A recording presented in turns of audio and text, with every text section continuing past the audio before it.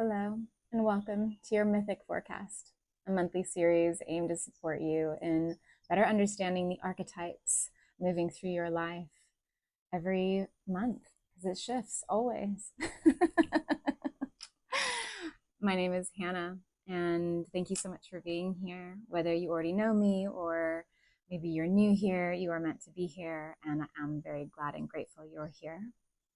I work with myth and embodied story, and really truly it's not just an idea the way that I live in these spaces. It's an embodied experience, and I support others in orienting to where they are in the larger story of the life they're already living. So today is very exciting for me because it is the first episode of these Mythic Forecasts, which I've been feeling for a long time. And it is finally time, and it is the perfect moment because it is winter solstice. Winter solstice in the Northern Hemisphere, I should say. I'm recording this from Bali, and it is summer solstice.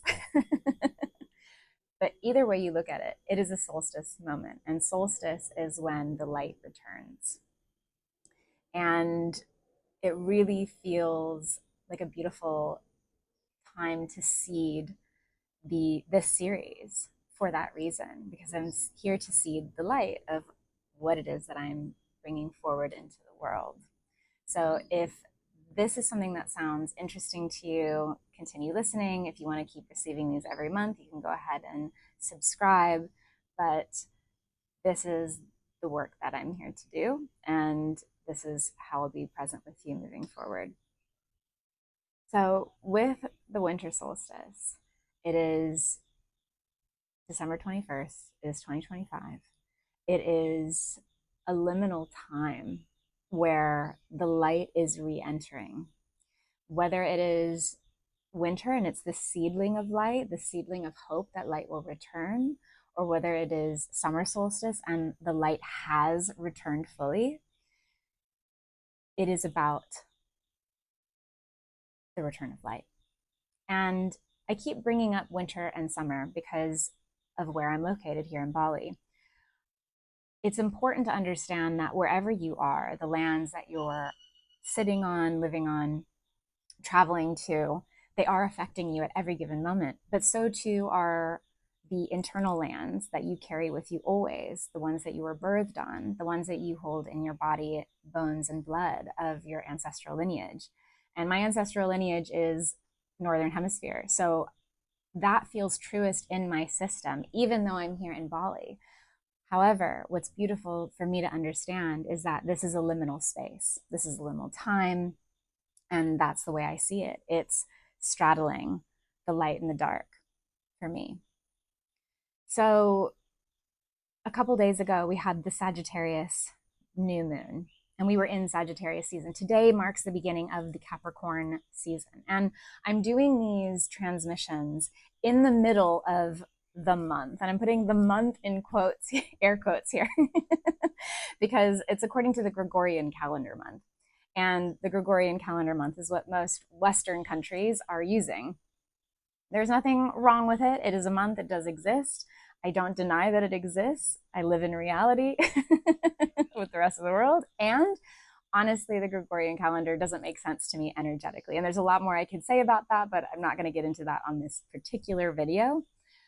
What feels truer to me is that the beginning of each month actually starts with the astrological turning of the wheel, which is basically somewhere between the 19th and like 22nd of every single month. So that's why these transmissions go out in the middle of the month, because right now we're turning from Sagittarius season into Capricorn season. And Sagittarius is a fire sign. It's mutable, it's scouting, it's expanding, it's curious, it's understanding the world. It's like really looking outward to better understand and get one's bearings. And that's what we're coming from, this fiery, mutable, kind of like smoky energy, really. We're moving into Capricorn, which is an earth sign. Capricorn is half goat, half fish, which is really interesting, and I'll get to that in a moment.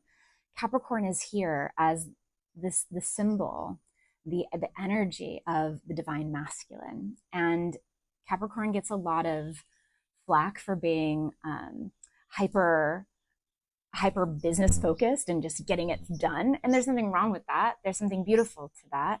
Capricorn does enjoy structure, does enjoy luxuries, but at its most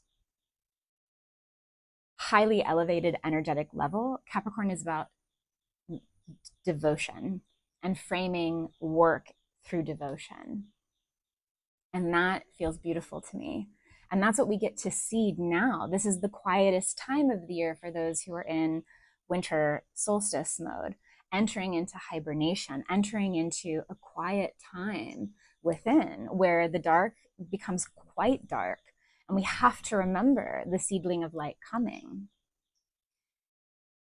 in the next several months. And so what's beautiful is that if we look within and we fill our cups with our own sovereign knowing, right? This is what gets misinterpreted, I think.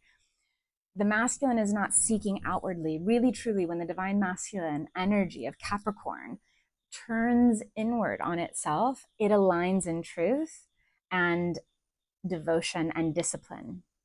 And if you look at the words devotion and discipline, the word dev is in devotion, which is a word in Sanskrit, like Dev, the goddess Devi, and disciple is within discipline. So it's almost like being a disciple of the goddess, right? And that is truly when the divine masculine is in alignment, is here to serve the divine goddess, all of creation, Sophia extraordinaire. It's being in our deepest devotion in service to creation itself. We don't seek outwardly for that. We turn inwardly and we build from within slowly. And that's a beautiful place to be. So over these next several months, because the new moon in Sagittarius planted the seed for what is it that I'm here to speak to give birth to give rise to in knowledge and understanding. What I am seeking is also seeking me. And then how do you bring that in to oneself and then really seed that intention in yourself deeply, so that by the time spring comes, we have spring equinox in March, you can really see how that seedling took root and is beginning to rise through the proverbial soils of your heart, of your intention, of your life.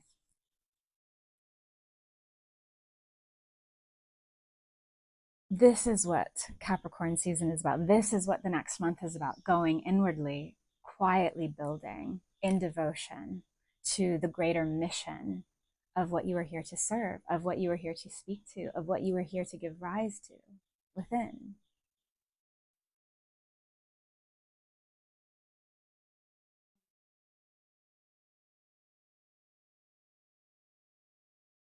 Yeah, that's what wants to be spoken to.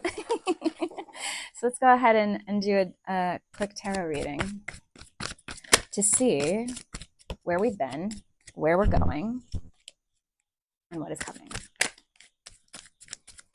for this next month.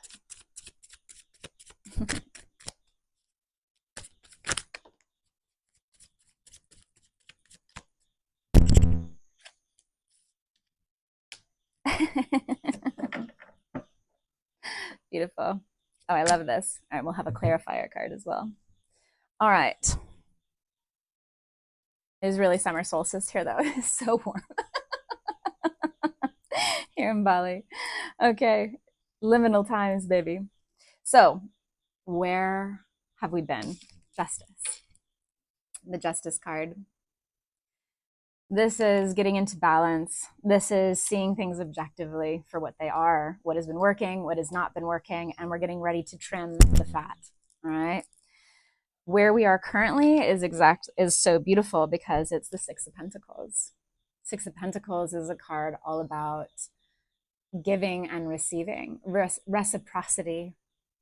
And so that which you plant within yourself from a space of love, from joy, from beauty, from desire, from service, it will come to fruition. And it comes from a space when you're doing it in devotion, the devotion comes back to you. And you don't do it for that reason, but it's just what happens naturally. So plant those seedlings, darling, see what comes through.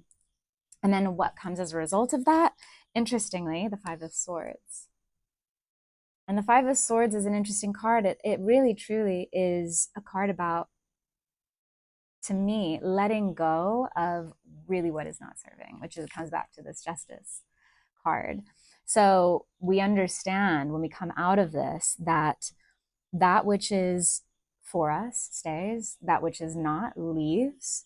We release it with gratitude, with joy, and we build on the foundation that stays. And as a clarifier, what comes through as a result of all this, the Lovers card. Inner balance, inner union, as within, so without. So pay attention to what you are creating inwardly. How is that affecting your outward experience of the world? And what can you build quietly? What comes up through the silence, the stillness? And it's a Capricorn is half goat, so it's the mountain, right? It's the mountainous earth. Can you get still on the mountain within yourself and listen to what comes through? And what comes through is the other half of Capricorn, which is the fish, is divine inspiration. So basically, what divine inspiration comes through when you get clear in the silence and the stillness of yourself, so that you can manifest it into reality. Capricorn makes it happen. That's a beautiful reading. That feels very true. So thank you so much for being present here. I'm so grateful. Again, we'll do this again next month as we move from Capricorn into Aquarius season. It is the beginning of the Gregorian calendar 2026. I'll have things to say on that as well, I am sure. If this transmission resonated for you, please subscribe. And if you are interested in continuing to follow me on other spaces, you can hit the links below. I am on Substack. I have a channel called The Labyrinth for more longer written form content. And you can also follow me on TikTok and Instagram, where visual content will be released shortly. Thank you again for being present. My name is Hannah. I'm so happy you're here, and many solstice blessings to you, darlings. See you next month.